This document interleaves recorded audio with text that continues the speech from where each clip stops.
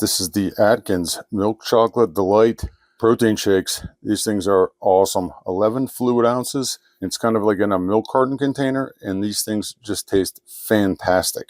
I got the Milk Chocolate Delight version here. You can see it arrives in a 12-pack, just like this, in a box. And they're all stacked neatly inside of there. I like to put these in the freezer and get them right to the point of being perfectly cold before I drink them. They have all kinds of vitamins and minerals inside of here. Looking at 160 calories per 11-ounce shake. 15 grams protein, 2 grams of net carbs, because they have actually 5 grams of carbs, but 3 grams of those are fiber. And there's only 1 gram of sugar, so 2 grams net carbs. All the good stuff in here.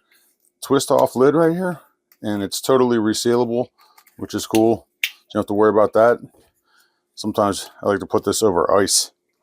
It's relatively thick for a protein shake. You can see it sticking to the sides of the glass there. And the taste is fantastic. I love this stuff. I'm on about my 3rd or 4th carton right now.